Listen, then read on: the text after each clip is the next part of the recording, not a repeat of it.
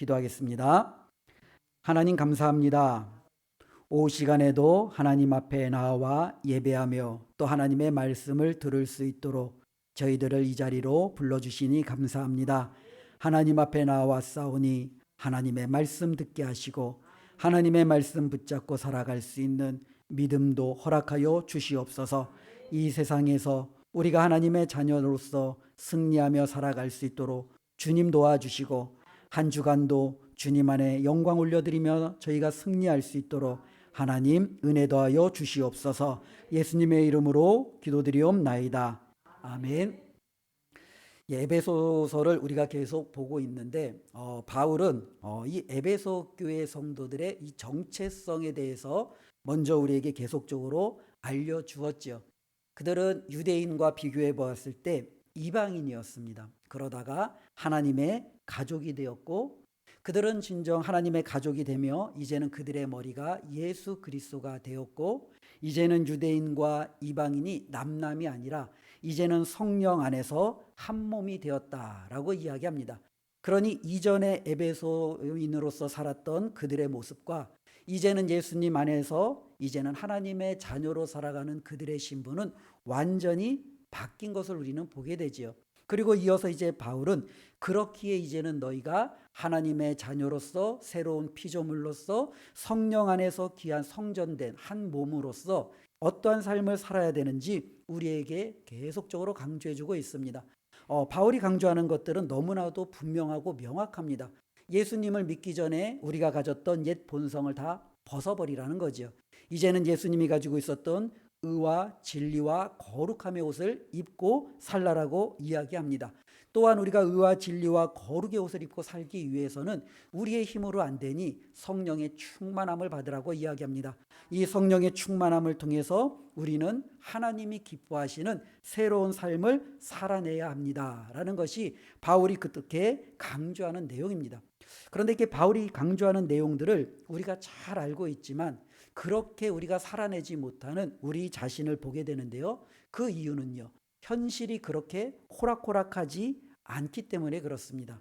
특별히 이 신앙생활은요. 그냥 우리가 이렇게 평안하게 완만하게 나가는 어쩌면 이렇게 흐르는 물에 배가 띄어서 그냥 자연스럽게 흘러가듯이 그러한 신앙생활이 아니라는 거죠. 이 신앙생활은 성경에서 우리에게 가르쳐주는 그 모습은 너무너무 치열한 어쩌면 삶의 현장을 우리에게 보여주고 있습니다. 오늘 바울은요, 이 신앙생활을 진정 치열한 하나의 전쟁에 나가는 하나의 군사의 이미지로 우리에게 보여주고 있다는 거죠.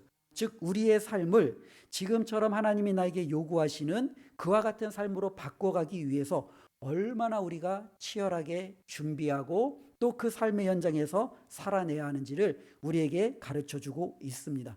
그래서 신앙생활이 쉽다라고 이야기하는 것은 제대로 된 신앙생활을 잘 못하고 있다는 하나의 이유가 될 수 있습니다.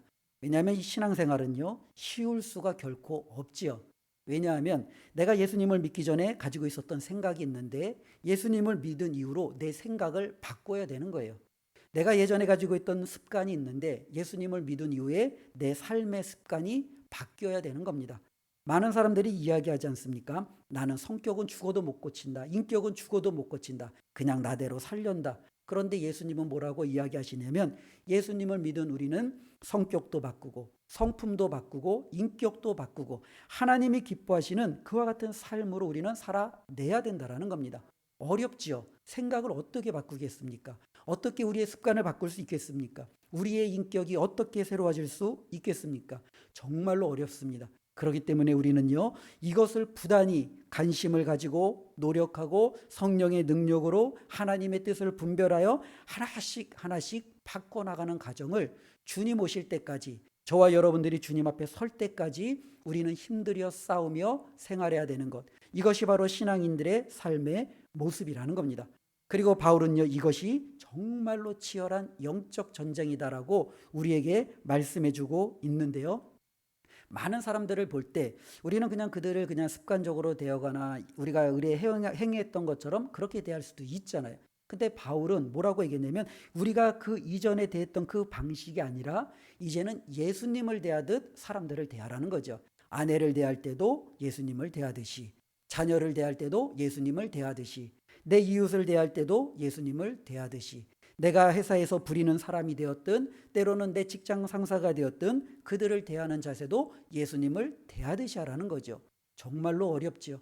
사랑하는 사람을 그렇게 대해주고 우리가 아껴주는 것은 조금 할 수 있을 것 같은데, 내 마음을 불편하게 하고 내 삶을 힘들게 하고 나를 진정 못 알아주는 그 사람을 내가 예수님처럼 섬긴다라는 것은 너무너무 어렵습니다. 그런데 바울은요, 신앙생활이라는 것은 바로 그렇게 해 나가야 된다라는 거예요. 그런데 이렇게 하는 것만 해도 굉장히 힘든데, 오늘 본문 말씀 보면 우리의 신앙생활이 더더욱 힘든 이유 중에 또 하나가, 저와 여러분들이 그렇게 살려고 할 때 이것을 회방하는 자들이 있다라는 거예요. 이걸 방해하는 자들이 있다라는 거예요. 특별히 저와 여러분들이 하나님의 자녀로서 오늘은 이렇게 해야지 하는데 저와 여러분들로 하여금 그렇게 살지 못하도록 막아서는 자들이 있다라는 거예요. 그러니 우리는 우리 자신을 이기고 우리를 회방하는 자들을 이기고 이제는 결국에는 하나님이 기뻐하시는 그 싸움을 싸워야 된다라는 거죠. 그리고 승리해야 된다라고 이야기하고 있습니다. 말로만 들으면 너무너무 어렵죠. 하나님, 저는 불가능할 것 같은데요. 그런데 오늘 말씀은요, 우리가 이 싸움에서 어떻게 하면 이길 수 있는지 바울이 하나님의 말씀을 전해주고 있습니다. 그래서 우리가 이 말씀을 다시 한번 잘 기억해서, 내가 이렇게 생활하면, 내가 이 말씀대로 준비하면 나를 회방하는 마귀와 싸워도 이길 수 있고, 내 안에 있는 내 자아와 싸워도 이길 수 있고, 이 세상 속에서도 나는 하나님의 자녀로서 승리할 수 있겠구나 라는 그 확신을 가지고 저와 여러분들이 영적 싸움을 잘 준비하시고 승리하시기를 주님의 이름으로 축원을 드립니다.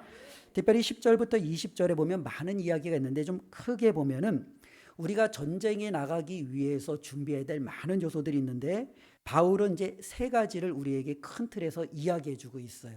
특별히 첫 번째는 뭐냐면, 우리가 전쟁에 나가기 위해서는 우리 스스로가 강건해야 되는 거죠. 그러니까 육신적으로 얘기하면 체력이 강해야 돼요. 그렇지요? 체력이 약한데 전쟁에 나간다라는 것은 이미 패배자가 되는 거죠. 강건하지 못하면 우리는 이미 전쟁에 서기도 전에 우리는 질 수밖에 없다라는 거예요. 두 번째로는 우리가 이 전쟁에 나가기 위해서는 필요한 것들, 물품을 가지고 나가야 되잖아요. 전쟁에 나갔는데 맨손으로 싸울 수는 없잖아요. 나를 지킬 수 있는 방어구도 필요하고, 내가 적을 쳐서 무찌를 수 있는 무기도 필요하고. 그래서 바울은 우리가 영적 전쟁에서 필요한 그 물건이 무엇인지, 특별히 방어구와 또 무기를 통해서 우리가 이것을 준비할 것을 또한 권면해주고 있습니다. 또 한 가지, 이제 세 번째로 중요한 것은 우리가 전쟁에 나가는데 누구랑 싸우느냐라는 거죠. 싸움의 대상이 누구냐라는 거죠. 이것을 우리가 확실히 해야 되죠. 싸움의 대상이 확실하지 않으면 내가 옆에 있는 나의 전우를 죽일 수도 있고 공격할 수도 있고, 때로는 내가 싸움의 대상이 모르면 허공에다가 나의 온 힘을 다 쏟아붓고 결국에는 탈진해서 전쟁에서 패할 수밖에 없는 거죠. 내 적이 누구인지 우리는 분명히 알아야 돼요. 그래서 그 적이 왔을 때 발견하고 그 적에 대해서 우리가 정말로 공격도 하고, 또 그 적이 나를 공격하면 막기도 하면서 전쟁에서 이겨야 된다라는 겁니다. 어쩌면 이와 같은 큰 틀을 통해서 우리가 한번 살펴보면 좋을 것 같은데요. 전쟁에 나갈 때 정말로 중요한 것이 체력이에요. 체력. 제가 예전에도 한번 이야기했던 것 같은데, 제가 이제 군대 가서 이제 처음 내무반에 들어갔을 때 10시에 점호를 하고 이제 취침을 시작을 하는데요.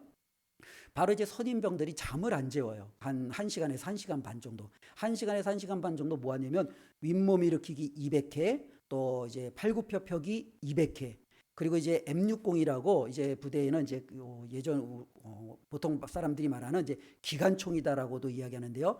이게 한 요 정도만 한데 한 10kg 정도가 돼요. 이걸 이제 어깨에 메고 앉았다 일어났다 200회. 요거를 이제 해야 되는 거예요.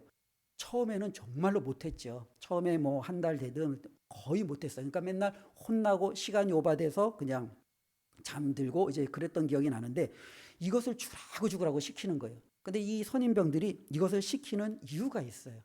왜냐하면 체력이 받침되지 않으면 다음 날에 있을, 아니면 다음 주에 있을, 아니면 다음 달에 있을 이제 훈련에 나가고 또 이제 여러 가지 것들을 준비하는데, 체력이 준비되지 않으면은요, 그 사람은 그 부대에서 그 훈련에서 낙오자가 되는 거예요. 근데 낙오자가 되면 나 혼자만 낙오자가 되는 게 아니라 군대는 단체 생활이잖아요. 공동체 생활이잖아요. 그러니까 한 사람의 나고자도 만들면 안 되니까 서로가 서로를 어떻게 해서든지 그 마지막 부분까지 끌고 가야 되는 거예요. 보통 이제 행군을 하게 되면은 40kg 남짓 되는 이제 군장을 이제 메고 가는데 체력이 안 되는 사람은 한 중간 정도 가다 보면 퍼져 버리죠. 이제 더 이상 걸을 수 있는 힘이 없는 거예요. 그러면 어떻게 해요? 그 40kg 군장을 좀 튼튼한 다른 사람이 대신 짊어집니다. 또 가다가도 얘는 그 군장에서도 안 되면 그 사람의 총도 같이 걸어지고 방독면도 풀어서 다른 사람이 걸어지고, 그러다 보면은 그 모든 짐들을 소대원들이 함께 짊어지며 그 훈련을 마쳐야 되는 거예요. 자기 스스로도 완전히 무너지지만 때로는 그와 함께하는 공동체도 무너질 수 있는 거죠. 이게 훈련이니까 그러지, 만일 전쟁 상황이라고 한번 생각해 보십시오. 모든 부대원이 함께 공격하고 함께 막아야 되는데 정말로 체력이 되지 않아서 자신이 공격해야 될 부분을 공격하지 못했거나 막아야 될 부분을 막지 못하면 전쟁터에서는 자기뿐만 아니라 온 소대원들이 함께 죽음에 처할 수도 있다라는 거죠. 그렇기 때문에 전쟁에 나가는 군인에게 있어서 정말로 중요한 것은요, 체력이고 강건함이라는 겁니다. 자신의 체력이 되어야 우리가 싸울 수 있는 무언가가 주어지는 것을 우리는 알게 되는데요. 바로 이 영적 전쟁에서도 동일하다라는 거예요. 저와 여러분들이 영적 전쟁에서 우리가 영적으로 건강하지 않으면, 영적으로 체력이 준비되지 않으면 우리는 싸움터에 나가기도 전에 주저앉게 되고, 마귀를 보기도 전에는 우리는 무너지게 되고, 우리는 영적 전쟁을 시도해 보기도 전에 우리는 넘어질 수밖에 없다라는 거예요. 그래서 바울은 이야기합니다. 그러면 우리가 어떻게 해야 이 영적인 체력을 우리가 좀 붙일 수 있고 강건하게 할 수 있느냐라는 거죠. 10절 말씀을 제가 한번 읽겠습니다. 끝으로 너희가 주 안에서와 그 힘의 능력으로 강건하여지고. 영적 체력이 강건해지기 위해서, 영적으로 우리가 체력이 충만해지기 위해서는 바울은 두 가지를 이야기하는데, 가장 핵심은요, 우리가 예수 그리스도 안에 있어야 된다라는 겁니다. 우리가 예수 그리스도 안에 있으면 우리는 강건해질 수 있는 거예요. 성경에는 예수 안에서, 주 안에서라는 이 단어가 얼마나 많이 등장하는지 모릅니다. 예수 안에서 우리는 새 생명을 얻었습니다. 예수 안에서 우리는 하나님의 자녀가 되었습니다. 예수 안에서 우리는 소망을 가지고 살아갑니다. 예수 안에서 우리는 능력을 얻게 됩니다. 성경은 예수 안에 있을 때 그 사람이 어떻게 될 수 있는지를 우리에게 말씀해 주고 있어요. 그리스도인으로서 우리가 예수 안에 있지 아니하고 세상 속에 있다면, 예수 안에 있지 않고 죄악 가운데 있다면, 예수 안에 있지 않고 마귀 가운데 있다면 우리는 결코 강건해질 수 없다라는 거예요. 이미 영적인 체력이 고갈된 상태로 전쟁에 임하니 우리는 패배할 수밖에 없다라는 거예요.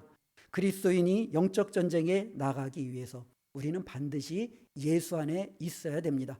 저와 여러분들이 주일날에만 예수 안에 있는 것이 아니라 월요일에도, 또한 토요일에도, 또한 주중에도 우리는 날마다 예수 안에 있을 때 우리의 영적인 체력이 정말로 준비되어지고 우리는 전쟁에 나아갈 수 있는 그 힘을 얻게 된다는 거죠. 더 나아가서 방금 10절은요, 우리가 예수 안에 있을 때 그 힘의 능력으로 강건하여진다라는 거죠. 그죠? 체력을 키우는 사람들은 보면 이게 닭가슴살, 이제 단백질 이런 것들을 많이 섭취하고 운동을 하잖아요. 왜냐하면 근육을 키우기도 하고, 또 이제 그것이 지방이 없고 이제 여러 가지 몸을 관리하는데 굉장히 유리하기 때문에 먹는 것들도 굉장히 중요하게 그 영양분을 공급을 받습니다. 마찬가지로 영적인 체력도요, 우리가 영양분을 공급을 받아야 돼요. 우리가 그 영양분의 공급을 어디서 받을 수 있겠어요? 예수 그리스도 안에서 받을 수 있다라는 거예요.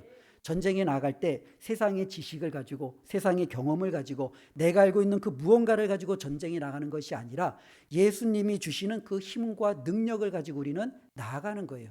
그래서 우리가 주일 오전에 목사님을 통해서 말씀을 살피듯이 정말로 예수님은 포도나무고 우리는 그 가지라고 했잖아요. 우리가 예수 그리스도 안에 있음으로 말미암아 우리는 예수님을 통해서 영양분을 공급을 받는 겁니다.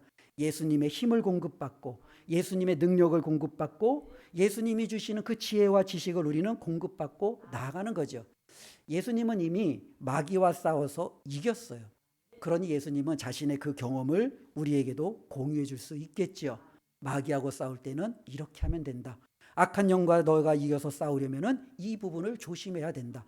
예수님의 그와 같은 놀라운 노하우들을 우리는 받을 수 있다라는 거죠. 그러니까 우리가 예수님 안에 있고 또 예수님 안에 있으므로 그분이 주시는 그 힘의 능력으로 우리의 영적인 체력을 우리는 강건하게 할 수 있다라는 겁니다. 우리 은강의 모든 성도님들이 바로 주 안에서 영적인 능력이 강건해지는 축복이 있기를 주님의 이름으로 축원을 드립니다. 특별히 이제 체력이 되면 이제 그 다음부터 우리가 이제 뭐예요? 방어구를 착용을 하든 무기를 들든 우리가 이제 모든 것을 할 수 있어요. 그러니까 예전에 보면은 람보라는 영화 들어보셨잖아요. 그죠? 이 람보라는 영화 보면은 이 람보가 이 적들을 이제 물리치는데 우리가 말한 아까 말한 제가 말한 M60 그 기관총을 들고 하잖아요.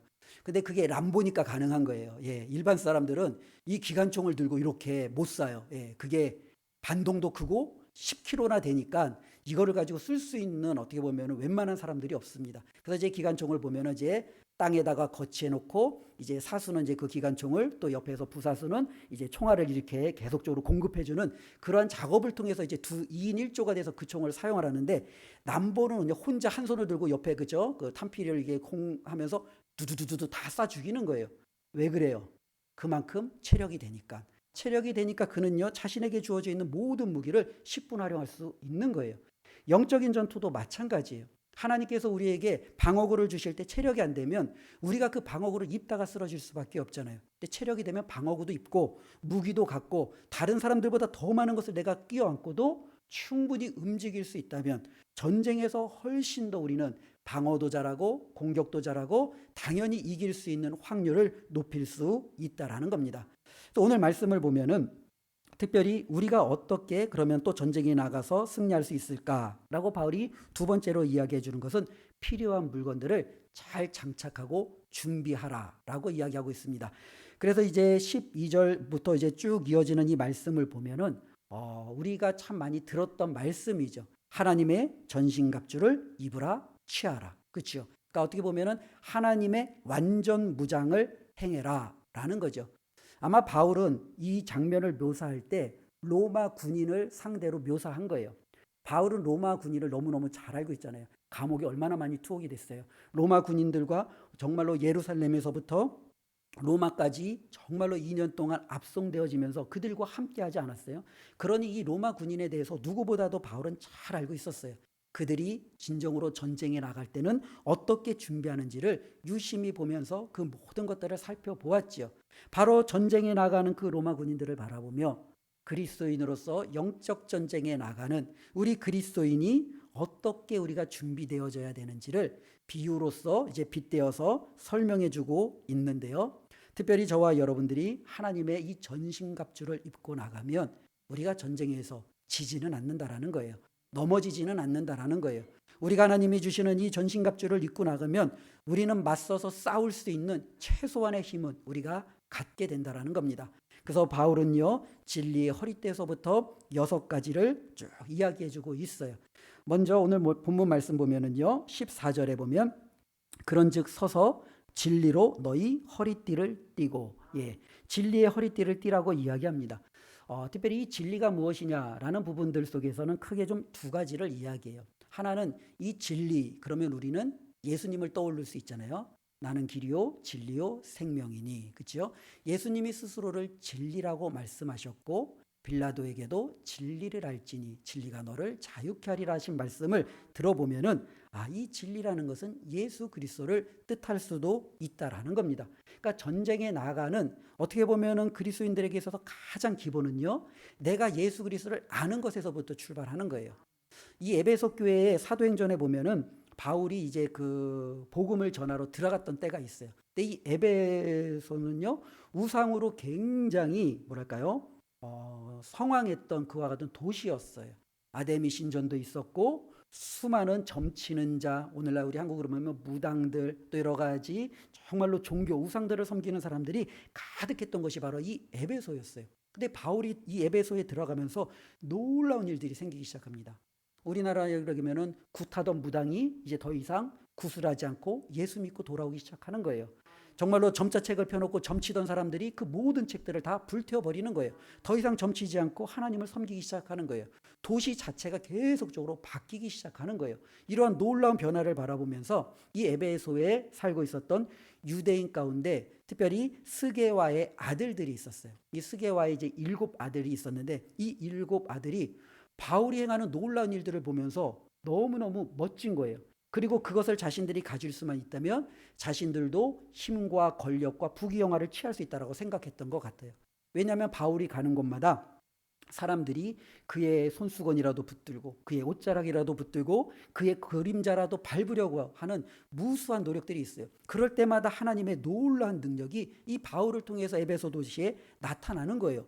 그리고 이 바울이 정말로 사람을 향하여, 병든 자를 향하여 예수 이름으로 명할 때 그의 병이 떠나가고, 귀신 들린 사람을 명하여 예수 이름으로 외치니 귀신들이 떠나가고, 이런 놀라운 일들이 일어나는 것을 보면서 야, 방법은 예수 이름으로 하면 되는구나. 그러면서 이 스게와의 7 아들이 자신들도 흉내내기 시작했다라고 이야기합니다. 예수 이름으로 명하노니 귀신아 물러가라. 근데 어떤 일이 일어났어요? 귀신들이 비웃기 시작하는 거죠. 내가 예수도 알고 바울도 아는데 너는 누구냐 그러면서 그들 위에 올라탔고 그들은 옷을 벗어 쫓겨나며 도망갔다라는 그와 같은 사건이 기록되어져 있어요. 에베소 교회 성도들은요, 예수님의 능력이 무엇인지를 아는 거예요. 예수님의 능력의 힘이 어디 있는지 아는 거예요. 예수님의 이름을 빌려왔다고 해서, 그 이름을 단지 도구로 사용했다고 해서 능력이 나타나는 것이 아니라 바울을 통해서 예수 그리스도 안에서 나타나는 능력이 얼마나 큰지 그들은 경험한 거예요. 예수 그리스도의 이름이 선포되어지는 곳에 귀신이 쫓아나가는 것을 그들은 눈으로 보았고, 예수 그리스도의 이름으로 병든 자들이 굳건히 일어서는 것을 그들은 보았고, 그러니 바울은 이야기하는 겁니다. 너희가 예수 그리스도의 그 허리띠를 꽉 졸라 매라는 거예요. 여기서부터 우리가 전쟁에 나가는 시작이 되는 거잖아요. 우리도 그러잖아요. 뭔가 이제 시작할 때 허리띠부터 졸라 매잖아요. 그죠? 허리띠부터 졸라 매면서 잠깐만 나 준비됐어, 이런 식으로 우리 하잖아요. 마찬가지로 이 허리띠를 졸라 매므로 이제는 내가 전쟁에 나갈 수 있는 방어구들을, 무기들을 하나씩 착용하려고 하는 그와 같은 과정을 행할 수 있는 거죠. 그런데 이 진리라는 것은 또 한편으로는요, 진실, 때로는 정직, 때로는 어떻게 보면 진지함을 이야기하기도 합니다. 특별히 사단은요, 이 진리하고는 반대잖아요. 사단은 거짓의 아비잖아요. 그는 속이는 자잖아요. 그는 정말로 모든 것에 항상 진리와 반대되는 편에 있잖아요. 그럼 그리스도인으로서 우리는 전쟁에 나아갈 때 사단과 동일한 방법을 가지고 나가면 안 되는 거죠. 거짓말할 때 우리는 진실을 이야기하고, 속일 때 우리는 정말로 사실을 이야기하고, 그리스도인은 바로 이와 같은 주님 안에서 진실 가운데 우리는 정말로 준비되어지는 삶의 모습을 가져야 된다라는 것이 또 이 진리 안에 내포져 있는 두 번째의 의미입니다. 바로 이 진리의 허리띠를 우리가 먼저 허리에 동여 매실 때, 이제 내가 전쟁에 나아갈 영적 싸움을 싸울 그 준비가 어느 정도 되었어, 이제 하나씩 착용해 보자 라는 하나의 기본이 되는 겁니다. 두 번째로는요, 14절에 계속 읽어보면 진리로 너희 허리띠를 띠고 의의 호심경을 붙이고, 옛날 성경에는 이제 흉배라고 나와 있잖아요. 근데 이제 특별히 이제 우리는 이 부분을 이제 영화를 통해서 많이 보잖아요. 그 머리서부터 이게 가슴을 이렇게 뚝 써버리면, 그죠? 가슴과 등, 어쩌면 이제 몸통을 보호하는 거죠. 그래서 이제 이 몸통을 보호하는 이제 그 방어구를 착용하라는 거예요. 그런데 그 방어구가 뭐냐면 바로 의의 호심경이라는 겁니다. 의의 호심경. 왜냐면 우리가 싸움을 할 때 상대방을 먼저 그 마음부터 그냥 무너뜨리면은요, 그죠? 굉장히 큰 이득을 얻을 수 있어요. 그러니까 상대방이 그 마음이 편한 상태면은 같이 전쟁을 하려면은 힘들잖아요. 근데 이제 상대방의 속을 뒤집어 놓는 거예요. 뒤집어 놓으면 어떻게 돼요? 상대방이 평안을 잃고 판단력을 잃고 전쟁에 나가면 우리는 그것을 마음껏 이용할 수 있잖아요. 사단은 그럴 수 있다라는 거예요. 전쟁에 나오는 우리에게 특별히 사단은 고소할 수 있죠. 야, 너 같은 게 무슨 하나님의 자녀니? 야, 너 같은 게 무슨 구원을 받았어? 야, 너 같은 게 무슨 전쟁에서 하나님의 능력으로 나온다고 해? 전혀 그렇지 않아. 너는 정말로 보잘것없는 자야 라고 이야기를 해버리면, 많은 그리스도인들이 싸움에 앞서서 먼저 자기 스스로를 정말로 낙오자로, 패배자로, 때로는 자기 자신은 아무 보잘것없는 자로 그냥 무너뜨린다라는 거예요.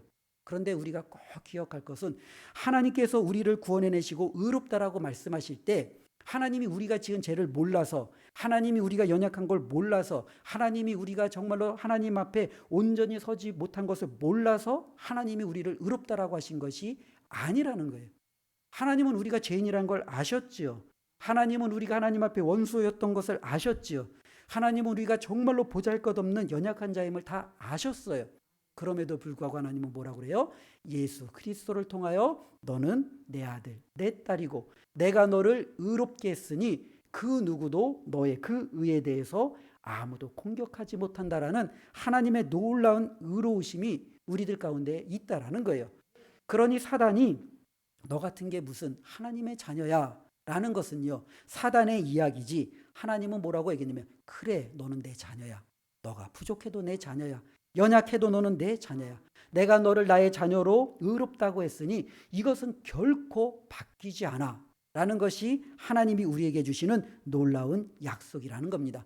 그러니 전쟁에 나아가는 우리가 하나님이 나에게 능력을 주시지 않으면, 하나님이 나에게 내 죄 때문에, 내 연약함 때문에 나를 내버려 두시면 어떡하지? 그러한 모든 근심과 의심들은 다 내려놓으시고 결코 하나님은 우리를 모른다 하지 않는다라는 그 사실을 꼭 기억했으면 좋겠습니다.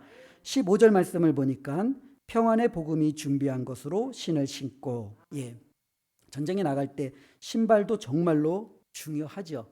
발을 헛디디면 진정으로 굉장히 잘못돼요. 그렇기 때문에 이 헛디지 않도록 정말로 이렇게 우리가 신을 꽉 동여매는 것은 너무나도 필요합니다. 제가 또 예전에 했던 것 같아요. 근데 저희가 제가 군대를 갔다 와서 또 군대 얘기를 하겠습니다. 저기 보면은 이제 군대는 이제 군화라는 게 있잖아요. 군화. 이 군화를 보면은 이제 발바닥이 있으면 거의 발목 아래까지, 그죠? 정강이 중간까지 이렇게 딱 덮어서 이제 해요. 그래서 이걸 꽉꽉 조여매면서 이제 산이고 밭길이고 야산이고 이제 거친 곳을 이제 그 신발을 신고 가는 거예요. 근데 신기한 게요. 그 군화를 정말로 꽉 조여매고 가잖아요. 발이 안 뼈요. 발이 안 뼈요. 정말로 막 구르고 막 그러면 이 발이 접질리고 뿌릴 것 같은데 시한계도 정말로 안 돼요. 저도 이제 군대에서 훈련할 때 너무나도 훈련이 힘드니까 그냥 발을 막 헛디딘 적이 많이 있어요. 산에서 그냥 발을 일부러 그냥 확, 그러니까 순간적으로 안 되면 이 접질리면은 후손 가서 병원에서 몇 달 쉬다 와야지. 다리 부러지면 몇 달 쉬다 와야지. 그런 마음으로 이렇게 팍팍 하는데도 신기한 게 이 군화가 딱 그렇게 신잖아요. 그럼 이게 잡아줘요.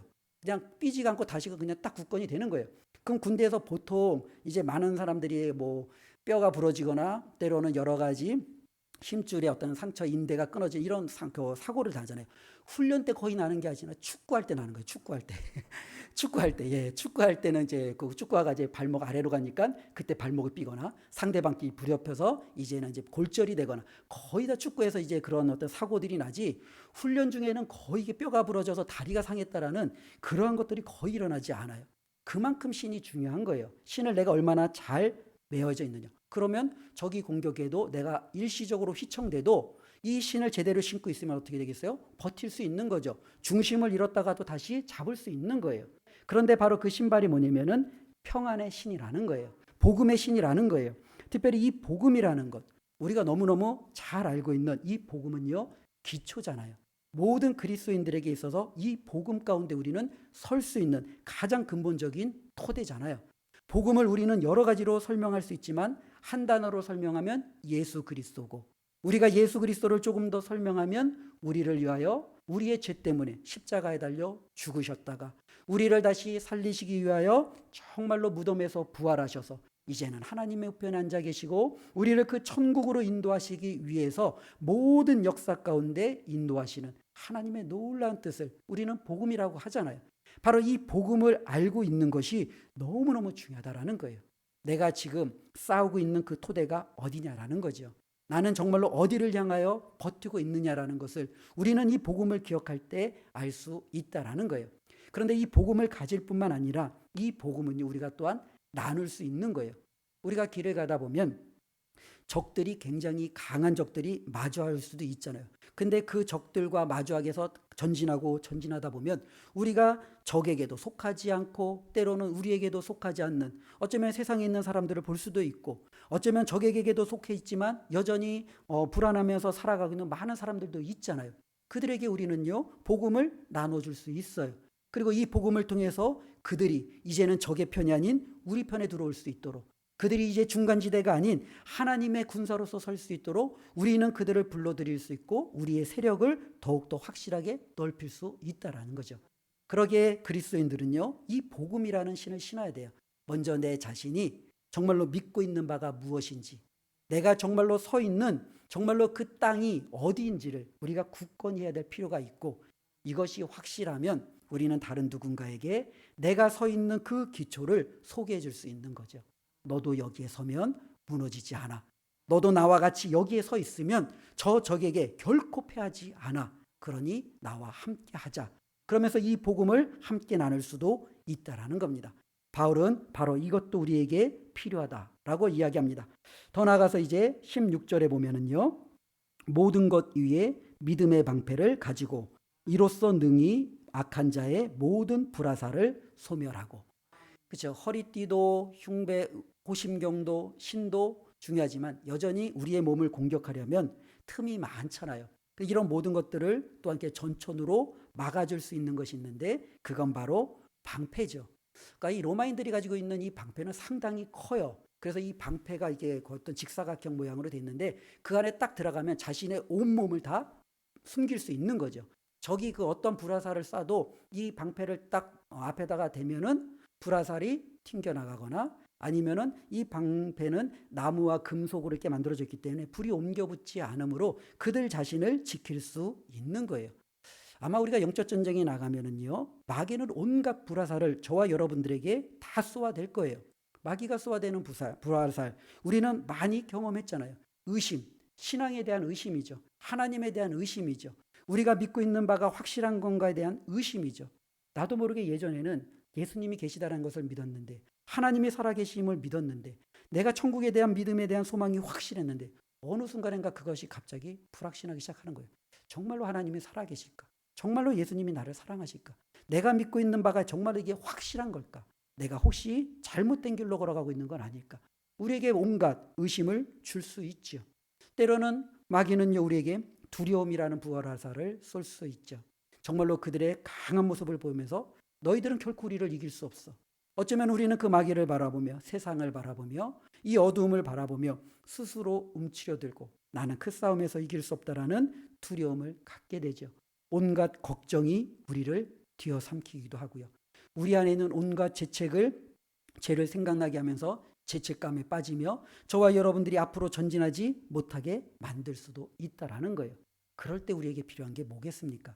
그때 우리에게 믿음이 필요한 겁니다.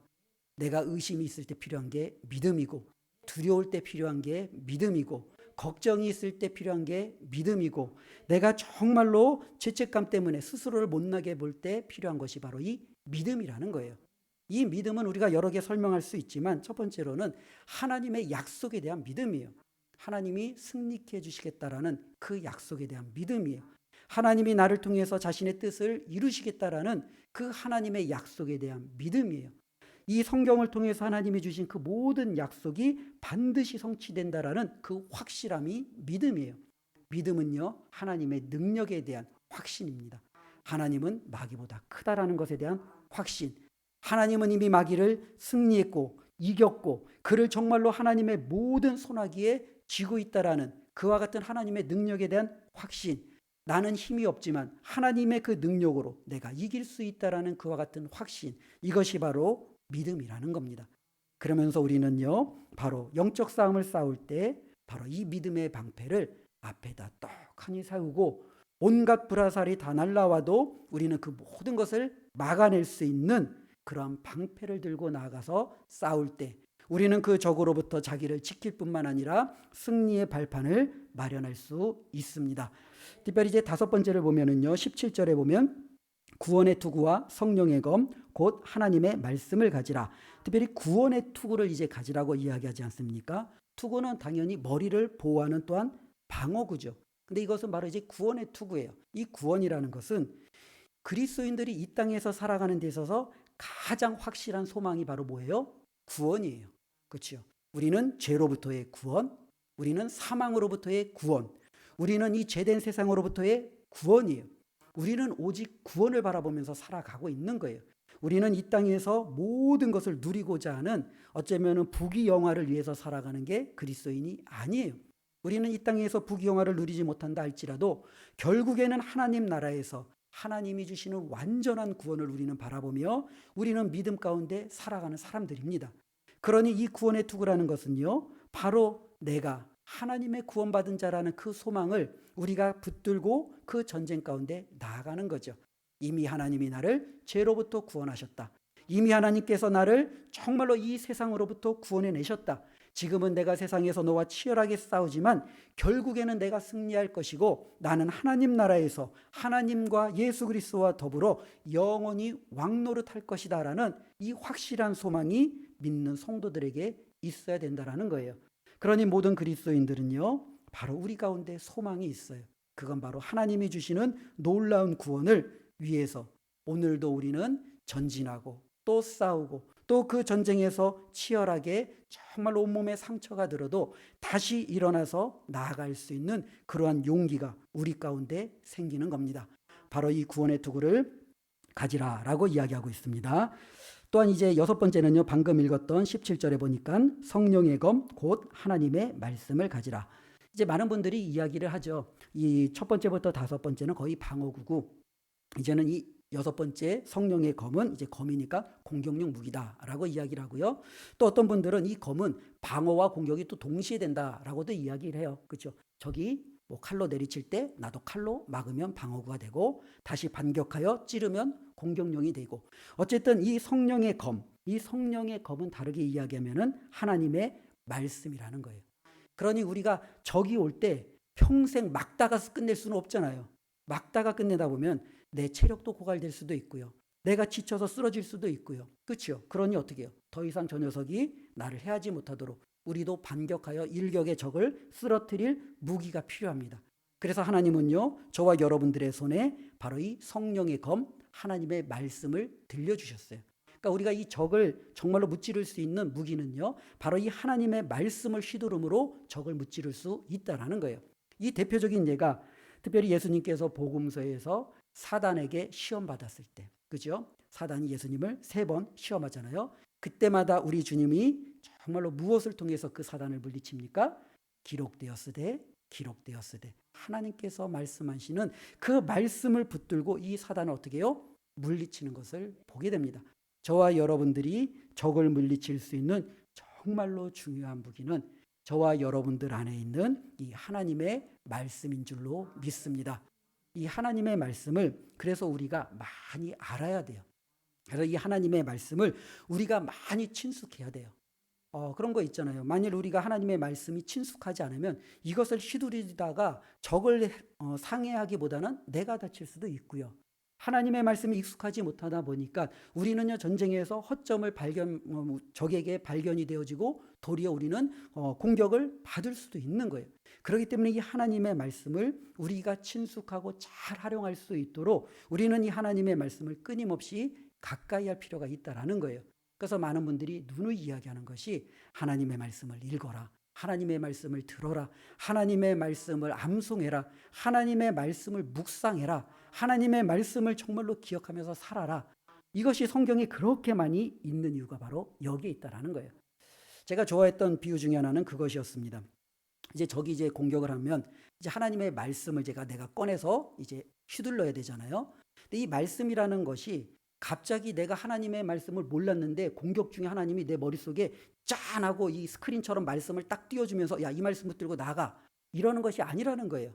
하나님의 말씀은 지금까지 우리가 살아오면서 우리의 삶 속에 쌓아놓았던, 그리고 우리 안에 거하시는 성령님께서 정말로 거하심으로 필요한 말씀을 꺼내 주신다라는 거예요. 근데 우리가 그 말씀을 많이 쌓아놨으면 무기가 다양하니 적재적소에 필요한 것대로 언제든지 그 말씀을 성령님께서 꺼내서 적을 공격할 수 있어요. 그런데 이 말씀을 듣지도 않고 읽지도 않고 암송하지도 않고 말씀에 대해서 없으면 성령님이 안에서 당황한대요. 야야, 무기가 어딨냐? 야야, 말씀이 어딨냐? 야야야야야, 잠깐만 기다려봐라, 좀 찾아보자. 그러다가 어떻게 하겠어요? 전쟁에서 패할 수밖에 없다라는 거죠. 그만큼 하나님의 말씀을 그리스도인들이 아는 것은 중요하다라는 겁니다. 바로 이것을 가지고 우리는 전쟁에 나갈 수 있다라는 거예요.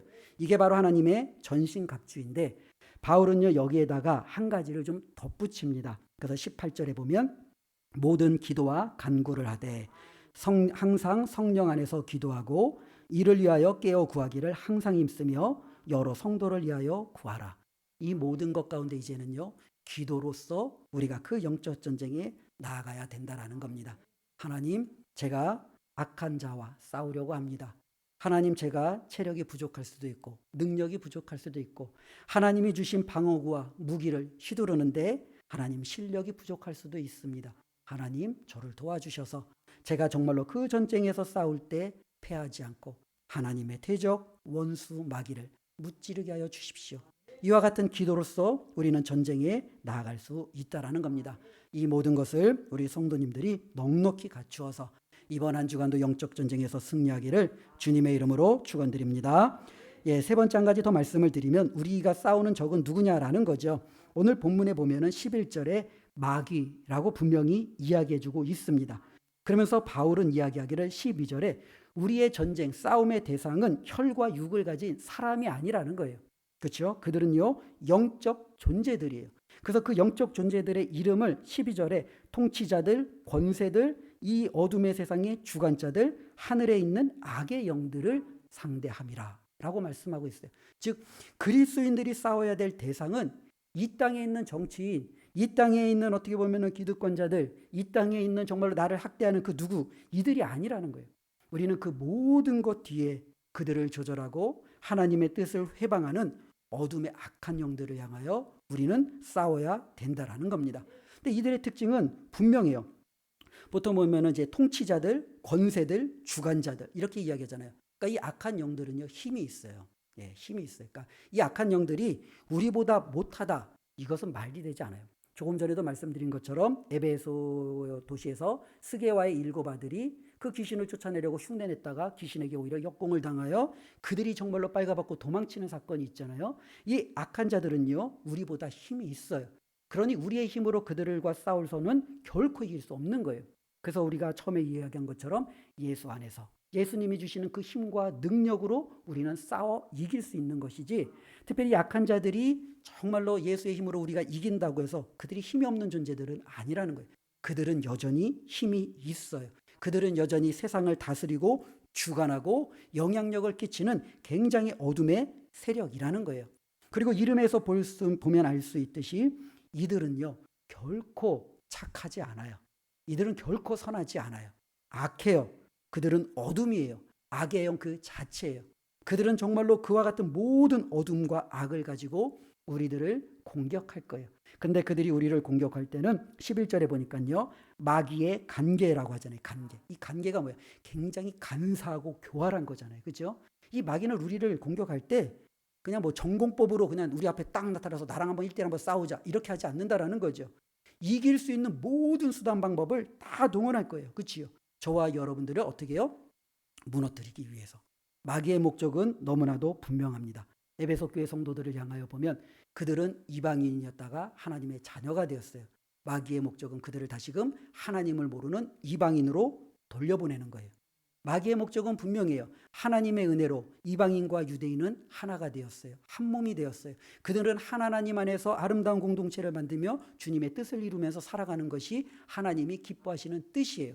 근데 마귀의 목적은 뭐예요? 다시금 유대인과 이방인 사이에 중간에 담을 세워버리는 거예요. 남자와 여자 사이를 갈라놓는 거예요. 어른과 아이들을요, 이간질시켜 버리는 거예요. 어떻게 보면은 믿음 있는 사람들 가운데서도 수많은 어떻게 보면 여러 가지 그 안 좋은 이야기를 통해서 우리가 서로 하나 되지 못하게 하는 것, 이것이 바로 마귀가 행하고자 하는 목적임을 우리는 보게 됩니다. 또 한편으로 우리는 하나님께서 이제는 빛의 자녀가 되었으니 의와 거룩과 진리의 옷을 입고 살아가라고 이야기하는데, 마귀는 우리가 그 옷을 입지 못하게 하는 거예요. 어둠의 옷을 입고 옛날처럼 그냥 활개치며 살아가게 하는 것.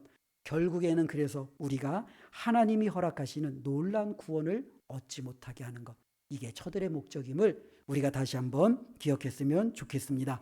바로 우리는 이들과 싸워야 되는 거예요. 그러니까 우리는 이들과 오늘도 싸우고 내일도 싸우고 이제는 22년도에도 싸우고 하나님 앞에 저와 여러분들이 부름받는 그날까지 우리는 이들과 싸우며 나아가야 됩니다. 바라기는 우리 모두가 승리했으면 좋겠습니다. 우리는 새로운 하나님의 피조물입니다. 우리는 하나님의 가족입니다. 그리고 하나님은 저와 여러분들을 하나님이 약속하신 그 자리로 반드시 세우실 겁니다. 그 자리로 가는 날까지 우리가 빛의 자녀답게, 하나님의 자녀답게 성령 충만하게 살아내시기를 바라고, 혹시라도 마귀의 그 관계를 통해서 우리가 시험 들고 정말로 공격을 당하고 아픔을 당할 때 오늘 주신 이 말씀 기억하면서 예수님이 주시는 힘으로 예수님께서 우리에게 마련해 주신 그 하나님의 전신갑주를 통해서 모든 이 마귀와 싸워서 능히 승리하시기를 주님의 이름으로 축원드립니다. 기도하겠습니다. 하나님, 그렇습니다. 우리는 정말로 하나님 앞에 아무 데 세울 곳이 없는 너무나도 연약한 자들이었습니다. 그런데 하나님께서 은혜로 우리를 구원하여 주셨고 예수님을 믿게 해주셨고 하나님의 자녀로서 이제는 천국 소망을 붙들고 살아갈 수 있도록 은혜 허락하여 주셨습니다. 하나님, 그 여정 가운데 우리는 이 세상에서 하나님의 자녀답게 살아야 됩니다. 마귀의 간계도 물리쳐야 합니다. 하나님, 우리에게 힘을 주시옵소서, 믿음을 주시옵소서, 우리가 정말로 싸워 이길 수 있는 능력을 허락하여 주시옵소서. 예수님의 이름으로 기도드리옵나이다. 아멘.